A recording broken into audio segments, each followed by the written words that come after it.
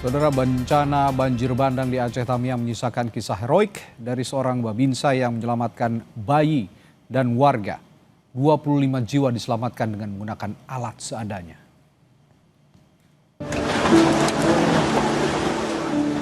Saat banjir bandang melanda wilayah Aceh Tamiang pekan lalu, banyak warga terjebak banjir, salah satunya di Desa Karangbaru. Warga terjebak di rumah yang sudah terkepung banjir. Saat tim SAR belum bisa mengevakuasi, Sersan 1 Giman Syahputra bertaruh nyawa seorang diri menyelamatkan warga.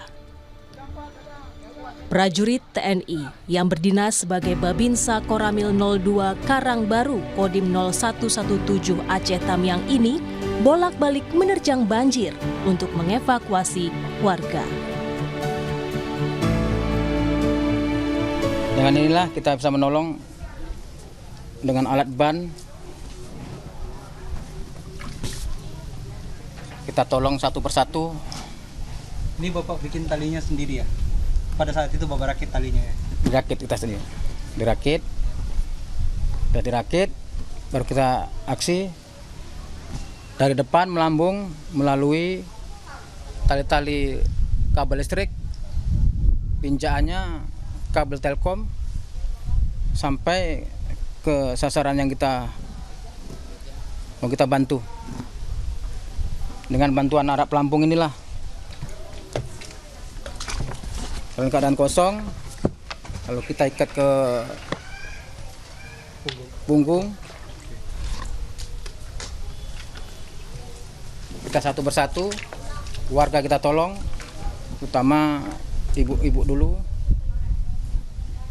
Bapak menolong ibu-ibu dulu ya? Iya, ibu-ibu dulu. Dia membawa anaknya juga? Anaknya. Kita ibunya dulu, Pak. Oke. Nah, ibunya dulu, ya. Udah balik lagi kita, baru ambil balitanya. Sedikitnya 25 warga termasuk bayi, balita, dan ibu-ibu berhasil dievakuasi Sertu Giman dengan peralatan seadanya. Tim Liputan Kompas TV.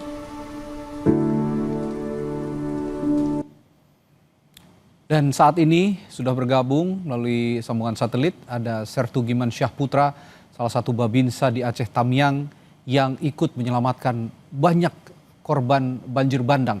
Selamat malam Pak Giman. Selamat malam, Pak. Baik, Pak Giman, saya atas nama masyarakat Indonesia dan juga tentu saja masyarakat di Aceh Tamiang mengucapkan banyak terima kasih. Anda adalah pahlawan sesungguhnya bagi para korban bencana banjir bandang yang terjadi di Aceh Tamiang. Pak Giman, saya ingin konfirmasi ulang, ada berapa banyak orang yang Anda selamatkan pada saat terjadinya banjir bandang pada 26 November yang lalu, Pak Giman?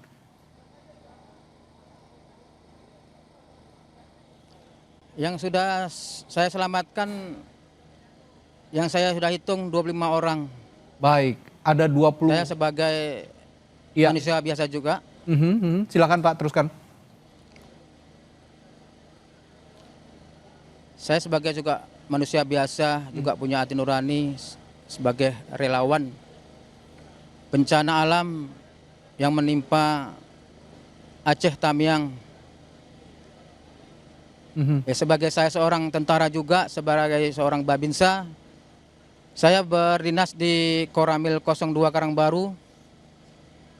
Memang perintah dan ramil seorang babinsa apabila ada bencana, ada kesempatan, ya tolonglah warga. Saya camkan itu. Nama dan ramil saya Kapten Infanteri Faisal Hadi. Oke. Baik. Kodim 0117 Aceh Tamiang. Baik Pak Giman, saya ingin juga Anda lebih dalam lagi bercerita kondisi pada saat Anda menyelamatkan sekitar 25 orang ya pada saat itu. Ada kaum ibu, ada juga balita, ada juga lansia. Bagaimana kondisinya Pak pada saat banjir terjadi? Bisakah Anda juga melihat tanda-tanda datangnya banjir bandang sehingga Anda sudah lebih dulu antisipasi untuk menyelamatkan 25 orang ini, Pak Giman? Dari awal datangnya banjir bandang dari mulai 1 meter, 2 meter, sampai 3 meter, sampai 3 meter.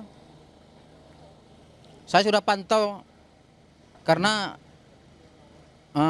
yang saya tolong ini kebetulan memang tetangga saya. Oke. Di situ ada 3 kakak yang terjebak banjir waktu itu. Ada 3 kakak Yang di hari Selasa, Rabu itu memang 3 kakak. Di hari Rabu itu memang kondisi banjir memang kencang waktu itu, Pak. Saya memang melihat karena aku tengok ya belum para yang terjebak air ini masih santai-santai aja, Pak. Masih ya belum panik lah gitu, Pak.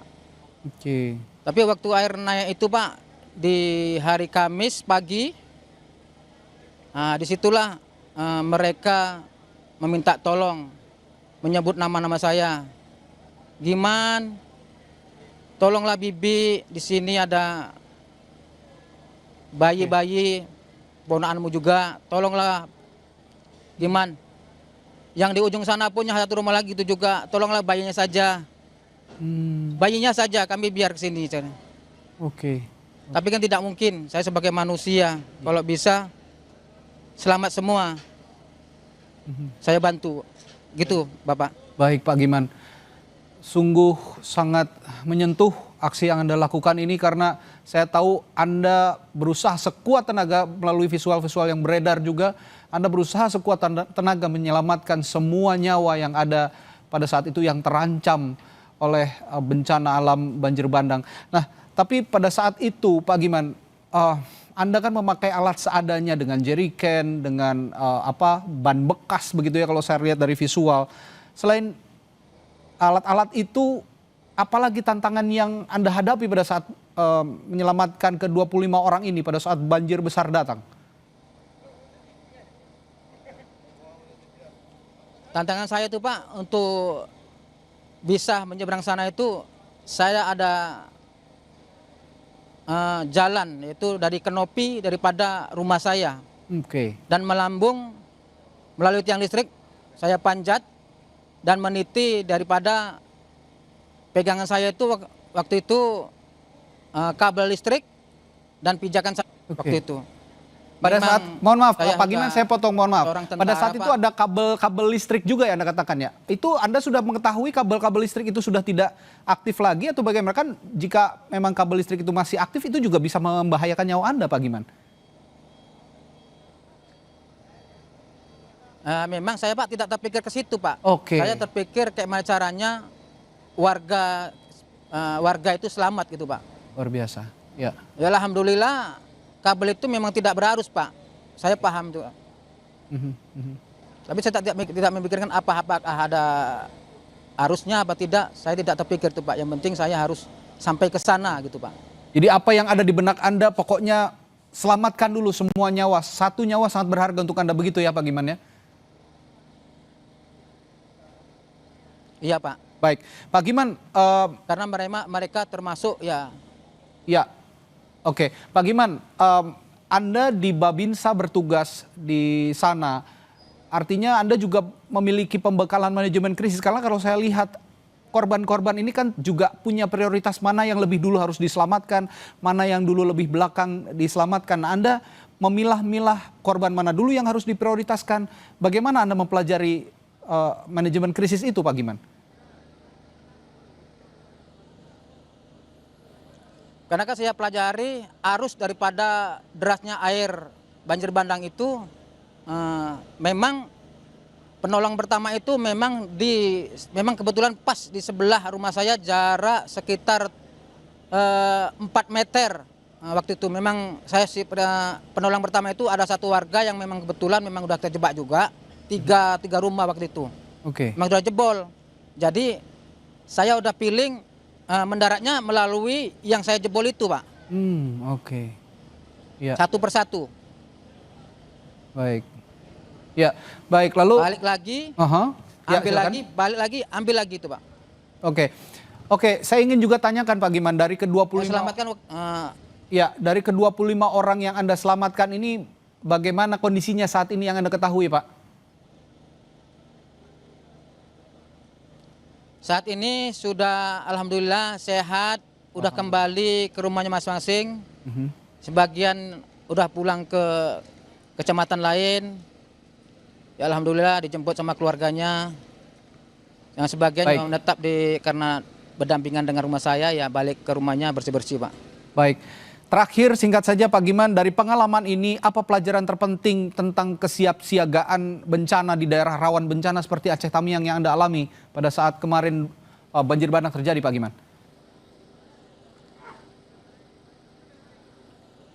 Pengalaman saya Pak, untuk ya mudah-mudahan tidak ada bencana lagi Pak. Untuk saya harapkan kepada warga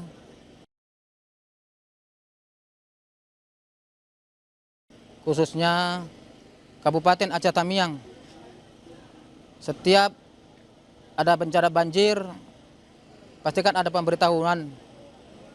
Mudah-mudahan memang tidak ada lagi, seandainya pun ada, semua harus waspada dan harus menyelamatkan masing-masing ke tempat ketinggian, Pak. Ya, itu yang Itu sudah pengalaman yang harus ditekankan kepada warga, Pak. Ya, itu yang Anda pesankan kepada semua masyarakat di Aceh Tamiang. Tentunya juga untuk sama-sama menjaga lingkungan ya, Pak Giman ya, karena di sana juga banjir bandang terjadi bukan Ya, hanya terjadi sesaat, tapi juga ini adalah akumulasi dari dampak lingkungan yang sudah cenderung rusak bertahun-tahun. Terima kasih sekali lagi atas nama masyarakat Aceh Tamiang, atas nama masyarakat Indonesia dan juga pemerintah mungkin juga punya utang budi yang besar kepada Pak Giman yang sudah menyelamatkan banyak warga yang sudah diterjang dan banjir bandang dan juga mengalami